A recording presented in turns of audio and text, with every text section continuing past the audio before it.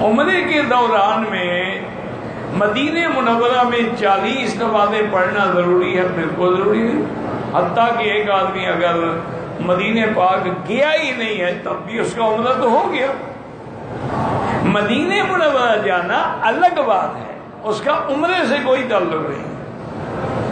اسی طرح 40 نمازیں پڑھنا جو ہے وہ فضیلت ہے کہ اگر کسی بندے کی 40 نمازیں حرم میں مسجد نبوی میں تکبیر اولیٰ کے ساتھ جماعت میں نصیب ہوں، اللہ اس کو نفاق سے اور جہنم کی آگ سے بری کر دیتے ہیں۔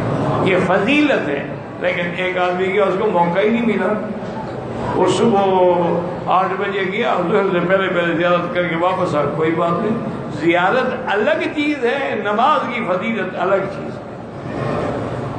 خانہ کعبہ میں حتیم والے حصے میں دیوار کو چمٹنا بالکل ناجائز ہے۔ دیوار کو چمٹنا صرف مقام ملتزم پر ہے اور کسی جگہ نہیں۔